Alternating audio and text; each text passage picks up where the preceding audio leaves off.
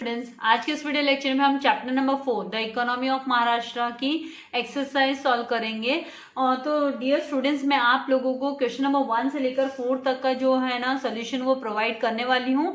हाँ, ये चैप्टर अभी तक मेरा कंप्लीट नहीं हुआ है, इसके 2 टॉपिक बाकी है, लेकिन मैंने सोचा आप लोगों को एक्सरसाइज भी प्रोवाइड कर दूँ ताकि आप है ना नोट डाउन करना स्टार्ट कर दो।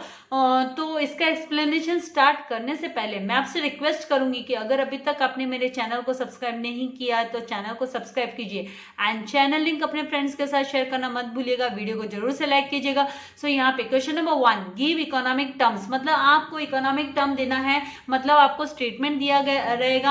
आप अगर टेक्स्ट बुक की रीडिंग अच्छे से करेंगे तो आपको ये इकोनॉमिक टर्म बताने में कोई तकलीफ नहीं होने वाली है। टेक्स्ट बुक रीडिंग बहुत मस्ट है, इसके लिए बहुत जरूरी है आपको कॉन्सेप्ट को समझना। उसको आपको उसका है ना एक वन वर्ड, जैसे हम बोलते हैं ना right one word for the given statement, तो आपको उसी तरीके से इकोनॉमिक वर्ड लिखना है। तो यहाँ पर जो क्वेश्चन नंबर 1 है, investments done by foreign companies. Foreign companies जब हमारी कंट्री में, इन आवर कंट्री, जो इन्वेस्टमेंट करती है उसे क्या बोलते हैं? तो इकोनॉमिक टर्म में उसे फॉरेन डायरेक्ट इन्वेस्टमेंट बोला जाता है। That is called as foreign direct investment, FDI, जैसे इन शॉर्ट है ना एफडीआई भी बोला जाता है। तो इन शॉर्ट अगर आपको उसको अंडरस्टैंड करना है, कॉन्सेप्ट को समझना है, तो आप यहाँ पे एफडीआई भी उसको है ना मेंशन कर सकते हैं, आप एफडीआई लिख सकते हैं। देन सेकंड जो दिया है यहाँ पर कॉन्सेप्ट, वो दिया है second concept, programme for development of small medium micro industries. तो small medium and micro industries के लिए कौन सा प्रोग्राम है, कौन सी स्कीम है जो महाराष्ट्र गवर्नमेंट ने जिसे डेवलप किया है, डेवलपमेंट के लिए जिससे बनाया है, तो वो है Maharashtra state industrial cluster development programme, जिसे इन शॉर्ट, जिसके लिए एब्रीविएशन हम यूज करते हैं MSICDP, MSICDP। तो programme for development of small medium and micro industries के लिए आपको आंसर लिखना है Maharashtra state industrial cluster development programme. Then third यहाँ पे दिया है basic requirement for facilitating production and distribution of goods and services for economic development. तो बेसिक रिक्वायरमेंट कौन से है जो है ना हेल्प करते हैं प्रोडक्शन एंड डिस्ट्रीब्यूशन में, गुड्स एंड सर्विसेज के प्रोडक्शन एंड डिस्ट्रीब्यूशन में, जिससे कि इकोनॉमिक डेवलपमेंट हो, फॉर इकोनॉमिक डेवलपमेंट, तो उसे इकोनॉमिक इंफ्रास्ट्रक्चर बोला जाता है। That is called as economic infrastructure. तो आपको जो करेक्ट इकोनॉमिक टर्म लिखना है वो लिखना है इकोनॉमिक इंफ्रास्ट्रक्चर। नाउ यहाँ पे फोर्थ जो स्टेटमेंट दिया गया है, movement that promotes values of self help democracy and equality. तो self help and democracy, self help democracy and equality के लिए कौन सा मूवमेंट है जो महाराष्ट्र गवर्नमेंट ने चलाया है? तो that is cooperative movement, that is known as cooperative movement, जो है ना self help democracy and equality को डेवलप करता है, प्रमोट करता है। आई होप आपको ये कॉन्सेप्ट समझ में आया। आपको चाहिए तो इसकी स्क्रीनशॉट आप ले सकते हैं। Now moving ahead, find the odd word out. Odd word out आपको फाइंड आउट करना है। Agricultural indebtedness, dry farming, lack of capital, engineering. तो आप यहाँ पे देखेंगे ये जो एग्रीकल्चरल इंडेप्टेडनेस है, ड्राई फार्मिंग है, लैक ऑफ कैपिटल, ये सारे के सारे प्रॉब्लम्स है जो है ना एग्रीकल्चरल सेक्टर में अराइज होते हैं। दीज आर द प्रॉब्लम्स जो एग्रीकल्चरल सेक्टर में अराइज होते हैं। और ये जो इंजीनियरिंग फार्मिंग है ये है ना एग्रीकल्चर से रिलेट नहीं करता है। एग्रीकल्चरल ये जो इंडेप्टेडनेस है, ड्राई फार्मिंग है, लैक ऑफ कैपिटल है, तो ये सारे के सारे जनरल प्रॉब्लम्स है, एग्रीकल्चरल सेक्टर के जनरल प्रॉब्लम्स है। तो ये इंजीनियरिंग है, ये फिट नहीं होता है, ये ऑड वर्ड है, तो इसे आपको है ना सेपरेटली ऑड वर्ड आउट, मतलब आपको लिख देना है कि engineering is odd word out. तो इस तरीके से आपको लिखना है। देन सेकेंड है tourism, banking, automobile production, insurance. तो आप देखेंगे ये जो टूरिज्म है ये सर्विस सेक्टर के अंडर में आता है। बैंकिंग सर्विस सेक्टर हो गया, इंश्योरेंस सर्विस सेक्टर हो गया, तो ये सब तो सर्विस सेक्टर्स हो गए ये। और यहाँ पे ये जो ऑटोमोबाइल प्रोडक्शन है ये जो है वो आता है इंडस्ट्री के अंडर में। Automobile production that is under the industry, ये इंडस्ट्री के अंडर में आता है।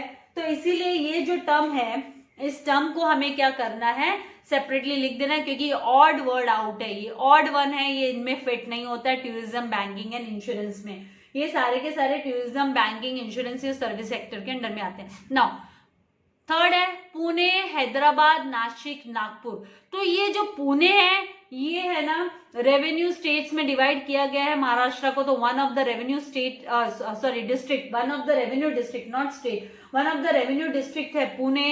एंड देन नासिक भी रेवेन्यू डिस्ट्रिक्ट हो गए on the basis of revenue division, जिसे बोलते हैं हम रेवेन्यू पे डिविजन्स किए गए। तो ये नासिक एंड नागपुर ये सारे के सारे महाराष्ट्र स्टेट के रेवेन्यू डिविजन्स के अंडर में आते हैं।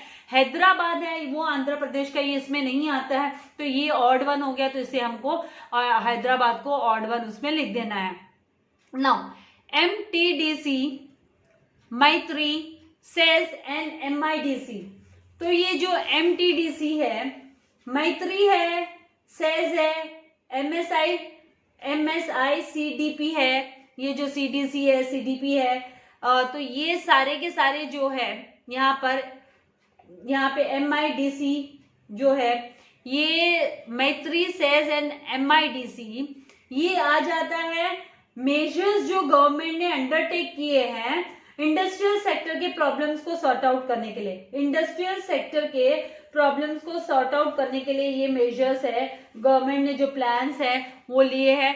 तो ये तो तीनों मैत्री, सेज एंड MIDC इसके अंडर में आ जाता है, इंडस्ट्रियल सेक्टर के मेजर्स के अंडर में यहाँ पे आ जाता है, measures taken by the government. लेकिन ये जो MTD है, MTDC ये कुछ भी टर्म है, ये जनरल प्रॉब्लम्स में ना तो जनरल प्रॉब्लम्स ना ही इसके मेजर्स के अंडर में भी नहीं आता है, जो गवर्नमेंट ने टेक ओवर किया, अंडरटेक किया उसके अंडर में नहीं आता है। तो आपको MTDC को आपको है ना लिख देना है ऑड वन आउट में। नाउ आगे मूव करते हैं, primary education, hospitality, higher education, skill based education. तो आप देखेंगे primary education, higher education and skill based education सब एजुकेशन के अंडर में आ जाता है। एंड ये जो हॉस्पिटैलिटी है ये है ना सेपरेट हो गया, ये एजुकेशन की कैटेगरी के अंडर में नहीं आता है, इसीलिए हॉस्पिटैलिटी ऑड वन हो गया, तो हमको इसको ऑड वन उसमें लिख देना है हॉस्पिटैलिटी। तो यहाँ पे जो हॉस्पिटैलिटी है वो ऑड वन उसमें आ जाएगा, क्योंकि हॉस्पिटैलिटी ये industry other than industries, broader industry हो गई अदर देन इंडस्ट्रीज, तो यहाँ पे ये हॉस्पिटैलिटी फिट नहीं होता है एजुकेशन के उसमें। Now question number 3, identify and explain the concepts from the given illustration. जो इलस्ट्रेशन स्टेटमेंट आपको दिया है आपको उस कॉन्सेप्ट को समझना है, आइडेंटिफाई करना है।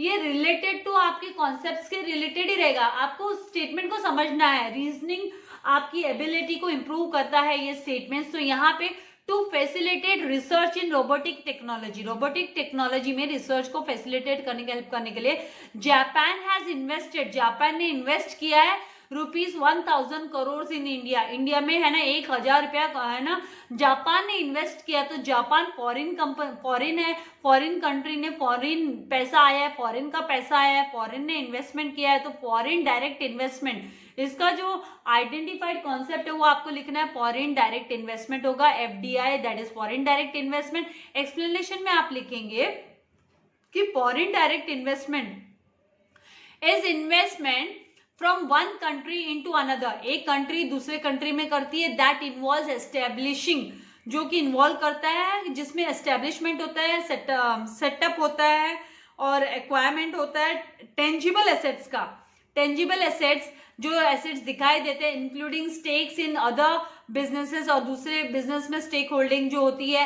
एंड दस दिस इलस्ट्रेशन, इसीलिए ये जो इलस्ट्रेशन है ये रिलेट करता है कॉन्सेप्ट को, FDI के कॉन्सेप्ट को, जहां पर जापान हैज इन्वेस्टेड, जिसमें जापान ने इन्वेस्ट किया है 1000 करोड़ इन इंडिया। इंडिया में 1000 करोड़ इन्वेस्ट किया है रोबोटिक टेक्नोलॉजी के रिसर्च में। नाउ सेकेंड यहाँ पे स्टेटमेंट है Prajakta and her family. Prajakta and उसकी फैमिली ने विजिट किया है बीचेस पे ड्यूरिंग हर 8 डे दिवाली के इसने ना विजिट किया है बीचेस पे।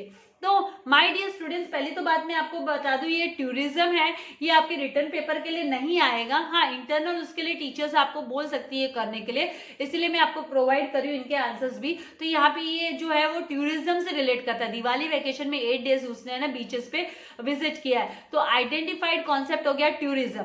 एक्सप्लेनेशन ऑफ कॉन्सेप्ट में आप क्या लिखेंगे कि टूरिज्म क्या है, तो tourism is a collection of activities, ये है ना कलेक्शन ऑफ एक्टिविटीज है, सर्विसेज प्रोवाइडेड फॉर इंडिविजुअल्स और ग्रुप्स एंड इंडिविजुअल्स को सर्विसेज प्रोवाइड की जाती है अवे फ्रॉम होम, घर से दूर जब वो घूमने जाते हैं। तो this illustration relates to the concept of tourism, इसीलिए ये जो कॉन्सेप्ट है वो टूरिज्म से रिलेट करता है। And Prajakta and her family visited the beaches during her 8 day Diwali vacation. तो इस तरीके से आपको इसको लिखना है। नाउ थर्ड यहाँ पे आता है प्रवीण फ्रॉम लातूर, लातूर से Praveen works as a technician work करा in the film division at Mumbai city, Mumbai में फिल्म डिवीजन में काम करा है। तो मैं आपको बता दूं ये एंटरटेनमेंट इंडस्ट्री से रिलेट करता है, और ये भी आपको है ना रिटर्न पेपर के लिए, जो आप लोगों के सेमेस्टर वगैरह में ये नहीं आएगा, हाँ आपको टीचर इंटरनल में ये पूछ सकती है। तो ये डिपेंड करता है आपके टीचर्स पे, इस साल के लिए खाली इस साल के लिए बोल रही हूँ मैं। 2000 यहाँ पे 2000 में 2021 के एकेडमिक ईयर की बात कर रही हूँ। तो यहाँ पर ये है ना कॉन्सेप्ट है ना, ये जो है हमारा ये एंटरटेनमेंट इंडस्ट्री को रिलेट करता है। एंड इसका एक्सप्लेनेशन ऑफ कॉन्सेप्ट क्या होगा, तो प्रवीण वर्क कर रहा है as a technician in the film division at Mumbai which is the part of, ये किसका पार्ट है, तो एंटरटेनमेंट इंडस्ट्री का पार्ट है, एंटरटेनमेंट इंडस्ट्री का पार्ट है। एंड हेंस इसीलिए ये जो इलस्ट्रेशन है वो रिलेट करता है एंटरटेनमेंट इंडस्ट्री को। नाउ फोर्थ, रानी गोंड, ये जो रानी गोंड है फ्रॉम चंद्रपुर से वर्क्स एज अ हॉस्टेस, वो है ना एज अ हॉस्टेस काम कर रही है with Mumbai Goa cruise ship पे, क्रूज का नाम सुना होगा, क्रूज शिप पे। तो यहाँ पे ये कौन सा आइडेंटिफाइड कॉन्सेप्ट होगा, तो क्रूज पे वो काम कर रही है एज अ हॉस्टेस। तो ये हॉस्पिटलिटी इंडस्ट्री है, it comes under hospitality industry. तो ये भी है ना आपके इस साल, आप इस साल 11th स्टैंडर्ड में हो 2020-21, और ये पेंडेमिक पीरियड चल रहा है, इसकी वजह से जो रिडक्शन आपके पोर्शन में आया 25% का रिडक्शन, तो उसमें ये कॉन्सेप्ट आपके रिटर्न पेपर के लिए नहीं रहेगा। हाँ, लेकिन इंटरनल के लिए टीचर कंसिडर कर सकते हो। तो आइडेंटिफाइड कॉन्सेप्ट है ये होगा हॉस्पिटैलिटी इंडस्ट्री, हॉस्पिटैलिटी इंडस्ट्री, जिसमें एक्सप्लेनेशन ऑफ कॉन्सेप्ट में आप लिखेंगे कि hospitality is an act of friendliness and ये फ्रेंडलीनेस और वेलकम करना हो गया, गेस्ट को वेलकम करना, विजिटर्स को वेलकम करना। And many forms of transport, बहुत सारे टाइप के ट्रांसपोर्ट है दैट जो कि है ना आपके जो टूरिस्ट की जो जरूरतें होते हैं, कैटर टू टूरिस्ट, मतलब उनकी जो नीड है, रिक्वायरमेंट उनको पूरा करते हैं, are also a part of hospitality industry. And Rani Gond है वो वर्क कर रही है एज अ हॉस्टेस, इसीलिए ये जो इलस्ट्रेशन है वो रिलेट करता है हॉस्पिटैलिटी इंडस्ट्री को। Now moving ahead, distinguish between, तो यहाँ पे economic infrastructure and social infrastructure के बीच में डिस्टिंग्विश देना है आपको। तो एक बात आपको याद रखना है कि इकोनॉमिक्स में डिस्टिंग्विश बिटवीन के लिए आपका पहला जो पॉइंट होगा वो मीनिंग और डेफिनेशन को लेकर ही होगा। आपको कंपल्सरीली मीनिंग नहीं, तो अगर पर्टिकुलर डेफिनेशन दी गई तो आपको डेफिनेशन ही देनी है, और अगर है ना डेफिनेशन नहीं है तो आपको मीनिंग के साथ आपको पहला पॉइंट है ना डिस्टिंग्विश बिटवीन का प्रेजेंट करना है। एंड उसके बाद में जो सेकंड पॉइंट है वो आप कोई भी प्रेजेंट कर सकते हो, क्योंकि यहाँ पे 2 मार्क्स के लिए आता है एग्जाम में, तो 2 मार्क्स के लिए आपको 2 पॉइंट देने होते हैं डिस्टिंग्विश के। तो उसमें से पहला आपका मीनिंग और डेफिनेशन ही आपको लिखना होता है। तो सबसे पहले मीनिंग, तो ये जो इकोनॉमिक इंफ्रास्ट्रक्चर है ये फैसिलिटेट करता है production and distribution of goods and services को फॉर इकोनॉमिक डेवलपमेंट के लिए, इकोनॉमिक डेवलपमेंट के लिए फैसिलिटेट करता है ये economic infrastructure. Now social infrastructure ये इंप्रूव करता है क्वालिटी ऑफ ह्यूमन लाइफ की क्वालिटी को इंप्रूव करता है, एज वेल एज ये स्टिमुलेट करता है, ये बूस्टअप करता है इकोनॉमिक डेवलपमेंट के लिए भी। And it not only improves the quality, ये खाली है ना क्वालिटी को इंप्रूव नहीं, but also gives the power to the produce knowledge को बढ़ाने के लिए भी ये पावर देता है, एनहांस करता है नॉलेज को भी। नाउ इसमें एग्जाम्पल में आप लिखेंगे इकोनॉमिक इंफ्रास्ट्रक्चर में it includes energy, transport, communication को इंक्लूड करता है। एंड सोशल इंफ्रास्ट्रक्चर में आप लिखेंगे इट इंक्लूड्स एजुकेशन हो गया, हेल्थ सर्विसेज हो गया, recreational services etcetera social infrastructure के अंडर में आएगा। नाउ थर्ड, ओवरहेड्स, तो it is also termed as economic overheads. इसे इकोनॉमिक ओवरहेड्स बोलते हैं कि इससे इकोनॉमी बूस्टअप होती है, इकोनॉमिक डेवलपमेंट होता है, and it also termed as social overhead, तो इसको हम सोशल ओवरहेड भी बोलते हैं। आई होप ये कॉन्सेप्ट आपको समझ में आ गया। आपको चाहिए तो आप इसके स्क्रीनशॉट ले सकते हैं। नाउ नेक्स्ट मूव करते हैं हम agriculture sector and service sector पे। तो next distinguish between agriculture and service sector को लेकर, तो यहाँ पर हमें एग्रीकल्चर सेक्टर का हमने ना क्या डेटा प्रोवाइड अवेलेबल है हमको 2016-17 का एग्रीकल्चर का, एंड सर्विस सेक्टर का 2017-18 का। तो उससे रिलेटेड हम लिखेंगे कि as per the economic survey of Maharashtra 2017-18 the share of agriculture and allied activities in the total gross state value, gross state value added में कितना है, तो वो 12.2% है ड्यूरिंग द 2016-17। जबकि सर्विस सेक्टर का अगर हम डेटा की बात करें तो जो कंट्रीब्यूशन है सर्विस सेक्टर का ग्रॉस स्टेट डोमेस्टिक प्रोडक्ट में has been the highest as compared to the other sectors of economy। other sectors economy के other sector से भी ये ज्यादा है, and it was 54.5% का ड्यूरिंग द 2017-18। ये 54.5% रिकॉर्ड हुआ था 2000 यहाँ पे 17-18 में। Now it is a primary sector of the economy. ये जो एग्रीकल्चरल सेक्टर है वो क्या है, तो ये प्राइमरी सेक्टर है इकोनॉमी का, एंड ये जो सर्विस सेक्टर है वो टेरिशरी सेक्टर ऑफ इकोनॉमी, ये टेरिशरी सेक्टर है इकोनॉमी का। ये आपने ओसी में भी स्टडी किया है। नाउ थर्ड इसका पॉइंट आप लिख देंगे कि agriculture and allied activities like fishing, animal, mining etcetera play an important role. ये इंपॉर्टेंट रोल प्ले करता है economic development of the state के। एंड सर्विस सेक्टर का क्या क्या क्या इंक्लूड करता है, कंसिस्ट करता है, तो इंश्योरेंस, टूरिज्म, रिटेल बैंकिंग हो गए, and education and social services included है इसमें सर्विस सेक्टर में। तो आपको चाहिए तो आप इसकी स्क्रीनशॉट ले सकते हैं। नाउ मूव करते हैं हम टूरिज्म एंड हॉस्पिटैलिटी पे। तो ये टूरिज्म एंड हॉस्पिटैलिटी इस ईयर के सिलेबस में आपको अगर टीचर ने इंटरनल में पूछ लिया तो अलग बात है, अदरवाइज ये है ना इस पेंडेमिक पीरियड में ये नहीं है, अगले साल जरूर ये रहने वाला है बच्चों को। 2021-22 में ये जरूर रहेगा, 20 एंड 21 में नहीं है। तो it involves displacement outside. Tourism मतलब ये डिस्प्लेसमेंट, आप मूव करते हो, आपके घर से बाहर घूमने जाते हो, displacement outside the usual department. And ये हॉस्पिटैलिटी ये फोकस करता है कस्टमर सेटिस्फेक्शन पे। Now second, Maharashtra attracts many tourist, बहुत सारे टूरिस्ट को अट्रैक्ट करता है Maharashtra from different states and abroad too, अलग अलग स्टेट्स एंड अब्रॉड से भी ये है ना बहुत सारे लोगों को है ना अट्रैक्ट करता है। महाराष्ट्र टूरिस्ट प्लेस है ये। And hospitality is much broader, ये बहुत ही बड़ा कॉन्सेप्ट हो जाता है इंडस्ट्री से, अदर देन ब्रॉडर इंडस्ट्री हो जाती है अदर देन इंडस्ट्री। एंड इसने it has grown manifold in Maharashtra due to flourishing tourism. बढ़ते हुए टूरिज्म की वजह से इसने बहुत ही फ्लोरिश किया है, बहुत ही अपना लार्ज कंट्रीब्यूशन दिया है हॉस्पिटैलिटी ने। Now Maharashtra tourism development corporation, ये है MTDC, Maharashtra tourism development concept. जो हमने यहाँ पे जो ऑड वन आउट में हमने इसको ऑड वन आउट किया था, MTDC जो आता है वो टूरिज्म के अंडर में आता है। तो यहाँ पर जो ये MTDC इज नोडल एजेंसी हो गई for implementation of this policy, जिसने ना टूरिज्म पॉलिसी को इम्प्लीमेंट किया है। Maharashtra tourism development corporation is the nodal agency for implementing this policy in the state. And MTDC organises the different events, वो बहुत सारे इवेंट्स भी ऑर्गेनाइज करती है, जैसे कि एलोरा फेस्टिवल हो गया, एलिफेंटा फेस्टिवल हो गया एक्सेट्रा। एंड हॉस्पिटैलिटी के अंडर में hotel industry is one of the sector, ये एक सेक्टर है जो one of the sector of hospitality industry. And many forms of transportation, बहुत सारे फॉर्म्स है ट्रांसपोर्टेशन के जो मीट करते हैं, कैटर करते हैं टूरिस्ट की टूरिस्ट सेटिस्फेक्शन के लिए, बहुत सारे उनके जो डिमांड्स है उसको पूरा करते हैं। ऑल्सो पार्ट ऑफ बिजनेस हो गया ये। फॉर एग्जाम्पल एयरलाइंस हो गए, मुंबई गोवा क्रूज शिप हो गए, फैंसियर ट्रेन्स हो गए जैसे डेक्कन ओडेसी, एंड रेस्टोरेंट्स हो गए, जनरल टूरिज्म हो गया, इवेंट मैनेजमेंट हो गया, are also a part of this sector. तो इवेंट मैनेजमेंट वगैरह सब इस सेक्टर के पार्ट है। तो आई होप आपको इसका कॉन्सेप्ट समझ में आ गया है। आपको चाहिए तो आप इसकी स्क्रीनशॉट ले सकते हैं। फिर हम जाते हैं लास्ट, जो ये क्वेश्चन नंबर 4 का जो लास्ट डिस्टिंग्विश बिटवीन है, उसके बाद में क्वेश्चन नंबर 5 एंड 6 में आपके लिए नेक्स्ट वीडियो में अपलोड करने वाली हूँ।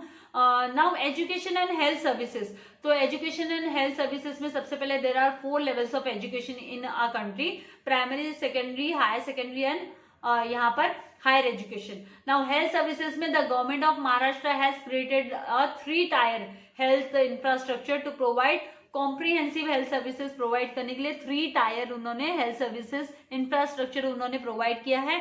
And second, the state of Maharashtra has implemented, Maharashtra state ने इम्प्लीमेंट किया right to education, that is RTE of children in the age group of 6 to 14 years to provide free and compulsory education provide करने के लिए under the सर्व शिक्षा अभियान, सर्व शिक्षा अभियान के तहत में. एंड हेल्थ सर्विसेज की बात करें तो गवर्नमेंट ऑफ महाराष्ट्र ने है ना फोकस किया है, एम्फसाइज किया on the programmes to strengthen health system in rural and urban areas में हेल्थ सिस्टम को स्ट्रेंथन करने के लिए उन्होंने स्कीम्स निकाले हैं through the national rural health mission के through and national urban health mission के थ्रू उन्होंने प्रोग्राम्स मतलब स्कीम्स उन्होंने लाए हैं. And these programmes include health determinants like, तो ये कौन कौन से हेल्थ डिटर्मिनेंट्स जैसे सैनिटेशन को लेकर, हाइजीन को लेकर, nutrition and safe drinking water को लेकर ये जो फैक्टर्स है इंक्लूडेड है इस प्रोग्राम में. नाउ लास्ट पॉइंट है यहाँ पे the expenditure of the government, state government. यहाँ पे जो हम बात करें एजुकेशन की तो जो एक्सपेंडिचर है स्टेट गवर्नमेंट का एजुकेशन पर वो है that is on primary education पे 19,486 करोड़ ऑफ रुपीज है ड्यूरिंग 2016-17 में रिकॉर्ड हुआ है एज पर द इकोनॉमिक सर्वे. यहाँ पर इकोनॉमिक सर्वे के हिसाब से ये रिकॉर्ड हुआ है, रिकॉर्ड्स में है गवर्नमेंट के कि इकोनॉमिक सर्वे ऑफ महाराष्ट्र के हिसाब से 19,486 का. एंड हायर एजुकेशन में, हायर एंड सेकेंडरी एजुकेशन में जो एक्सपेंडिचर्स हुए हैं वो रिकॉर्डेड हुए हैं 16,089 करोड़ ऑफ रुपीज है ना खर्चा हुआ है इसमें हायर एंड सेकेंडरी, यहाँ पे secondary and higher secondary education के लिए. तो आई होप इतना कॉन्सेप्ट यहाँ पे क्लियर हो गया. और प्राइमरी हेल्थ सेंटर्स यहाँ पे हमें, यहाँ पे हॉस्पिटल्स हेल्थ सर्विसेज को लेकर बात करें तो there are 1814 primary health centres है, 1814 प्राइमरी हेल्थ सेंटर्स है महाराष्ट्र में. एंड 360 कम्युनिटी हेल्थ सेंटर्स भी है, कम्युनिटी के हेल्थ सेंटर्स भी जो charitable hospitals in the state as on 31 March 2017 में रिकॉर्ड हुए हैं. तो इस तरीके से ये जो 1 to 4 क्वेश्चन से मैंने इस वीडियो में कवर अप कर दिए हैं आप लोगों के लिए. तो आप लोग भी यू जस्ट मेक श्योर कि आप अपनी नोटबुक में लिखना ना भूले, जरूर से ना रहेगा. आप भी अपनी नोटबुक में लिखिए, भले आपके कॉलेजेस अभी चालू नहीं है लेकिन आपकी लिखने की हैबिट नहीं छूटनी चाहिए और आपको कोई प्रॉब्लम नहीं आनी चाहिए कि आप 12th स्टैंडर्ड में आओ तो आपके है ना कॉन्सेप्ट क्लियर ना हो, आपको तकलीफ हो, राइटिंग की प्रॉब्लम हो. एंड आप जब कॉलेजेस खुलेंगे तो आपके जो फाइनल एग्जाम्स होंगे, सेमेस्टर्स होंगे तो उसमें आपको कोई भी तकलीफ ना हो. इसीलिए आपको नोट डाउन करना है ताकि आपकी प्रैक्टिस बनी रहे, हैंड राइटिंग भी आपकी अच्छी बनी रहे, स्पीड भी अच्छी रहे, स्पेलिंग मिस्टेक्स भी ना हो. इसके लिए आपको नोट डाउन करना बहुत जरूरी है. एंड वीडियो को लाइक करना एंड शेयर करना मत भूलिएगा, वेरी वेरी इंपॉर्टेंट. अगर आपने चैनल को सब्सक्राइब नहीं किया तो आप चैनल को सब्सक्राइब कीजिए ताकि आपको मेरे लेटेस्ट वीडियो के नोटिफिकेशंस मिलते रहे. एंड अकाउंट्स के, एसपी के, ओसी के जो मैं नोट्स अपलोड कर रही हूँ, वीडियोस अपलोड कर रही हूँ वो भी जरूर देखिएगा. सब कुछ सिस्टमेटिकली प्लेलिस्ट में मैंने है ना बना के रखी हुई है, उसमें मैंने लगाया हुआ है प्लेलिस्ट में सारे वीडियोस है, तो आप वहां जाके वीडियोस चेक कर सकते हैं आपकी रिक्वायरमेंट के हिसाब से. So thank you very much. God bless you all dear students.